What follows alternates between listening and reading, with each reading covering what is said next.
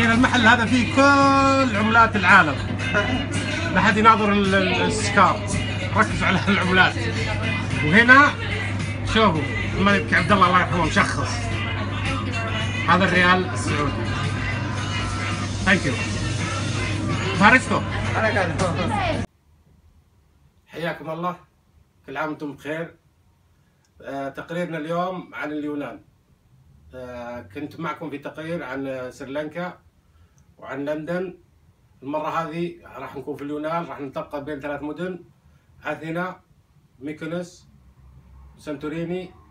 تابعونا وإن شاء الله تستمتعون بالتقرير. شكرا.